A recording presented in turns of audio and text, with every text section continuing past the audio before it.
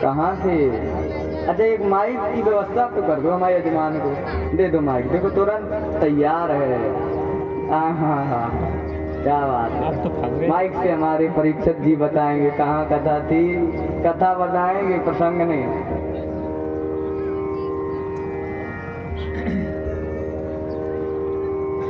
हरे प्रभु हरे राम, बोल बाके बिहारी लाल की जय, बोल कृष्ण कन्हैया लाल की। संत माधव दास जी का चरित्र सुना रहे थे। तो माधव दास जी महाराज जहाँ जाते थोड़ी देर खड़े होते फिर निकल लेते। जिस ब्रज क्षेत्र में जाते उस ब्रज क्षेत्र में एक बूढ़ी माँ रहती थी। उस बूढ़ी माँ के घर में कोई बाल गोपाल नहीं थे। एक पुत्र था, पुत्र के भी पुत्र और पुत्र वधू बहू थी, उसके भी कोई संतान नहीं थी। वो बूढ़ी माता मंदिरों में चक्कर लगाते लगाते बेचारी थक गई। न जाने कितने संतों से याचना करी कि मेरे घर में मेरे पुत्र के पुत्र हो जाए, मेरे घर में नाती पौत्र हो जाए।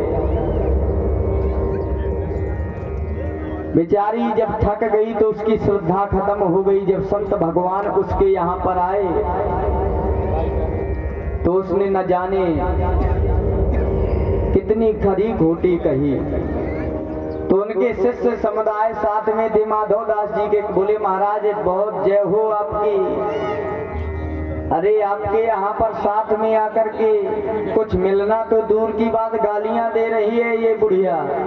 संत माधव दास बड़े सरल स्वभाव के, उन्होंने कहा देखो यही तुम्हारी संसार में भूल है। तुम्हारा लग तो नहीं कुछ रहा, कुछ ना कुछ मिल ही तो रहा है, गालियां ही क्यों नहीं। संत का स्वभाव यही रहता है, सार सार को कह रखे और थोथा दे ओढ़ा है। एक दिन संत माधव दास फिर से आए। वो बुढ़िया आंगन अपने घर में आंगन बुहार रही थी, पोता से पोत रही थी आंगन को। संत ने कहा बूढ़ी माँ भिक्षा में कुछ मिल जाए। सो बूढ़ी माता ने वो पोता उठाया, सो संत के दिया मुंह में लगा। संत माधव दास जी ने तुरंत कहा कि बूढ़ी माँ आज तूने पहली बार मुझे कुछ दिया है, आज तक गालियां देती रही, आज से तूने कुछ देना प्रारंभ किया है। ये भले ही ये पोता के रूप में कपड़ा ही क्यों नहीं। तो संत माधव दास जी ने कहा कि संत माधव दास भी हुए पतला इसे का देगा, और पोता दिया है तूने। भैरवी में जाओ, जा पोता तुझे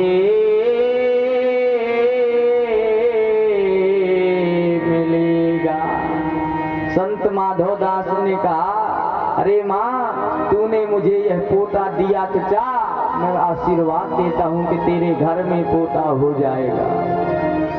उसी दिन माधव दास घर छोड़ के चले गए, आश्रम छोड़ के चले गए। समय आया उस बूढ़ी माँ के घर में एक संतान हो गई। बूढ़ी माँ बड़े सुंदर रत्न थाल सजा के आई, आश्रम में गई। वो महात्मा जी कहाँ है? शिष्यों ने कहा जिस दिन तूने वह वस्त्र फेंक करके मारा था उसी दिन छोड़ के चले गए वो आश्रम। बेचारी बूढ़ी माँ सोचने लगी कि पोता दिया न प्यार से, वो मैंने ऋषिवा से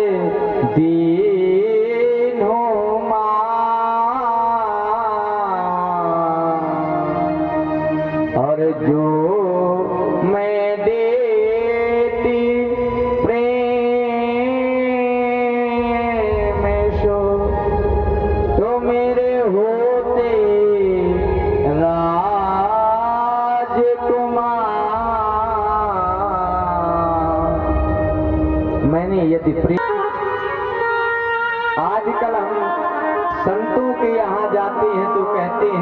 भगवान, हे बाबा जी हमें भगवान के दर्शन कब मिलेंगे?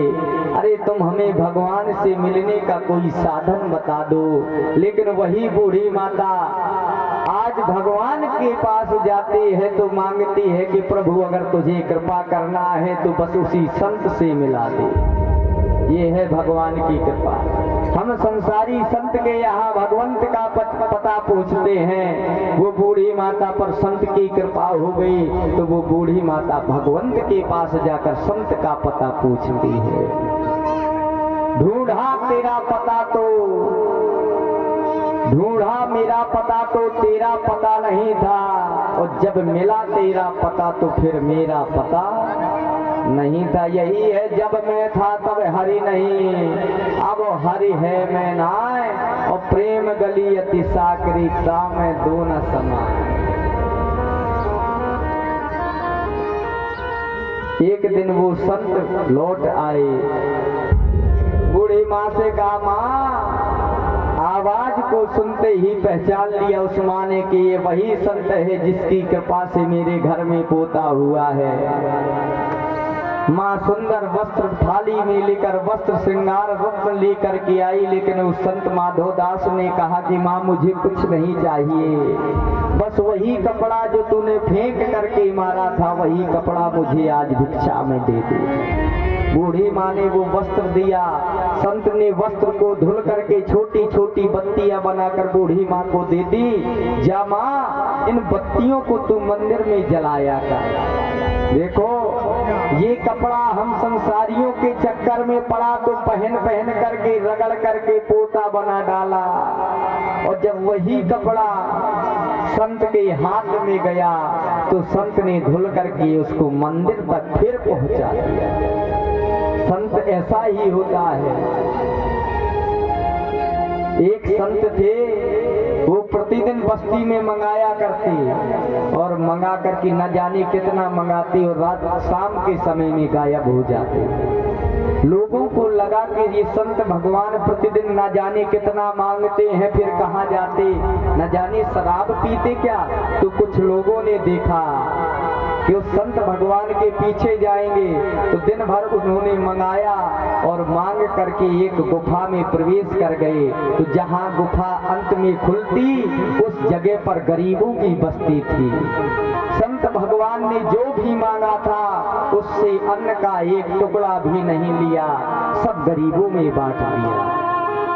लोग स्तब्धित हो गए कि हमें लग रहा था कि ये संत अपने खाने को मांगता है, लेकिन धन्य है ये संत, ये तो दूसरों को खिलाने के लिए मांगता है। कि जो लगे ताता जे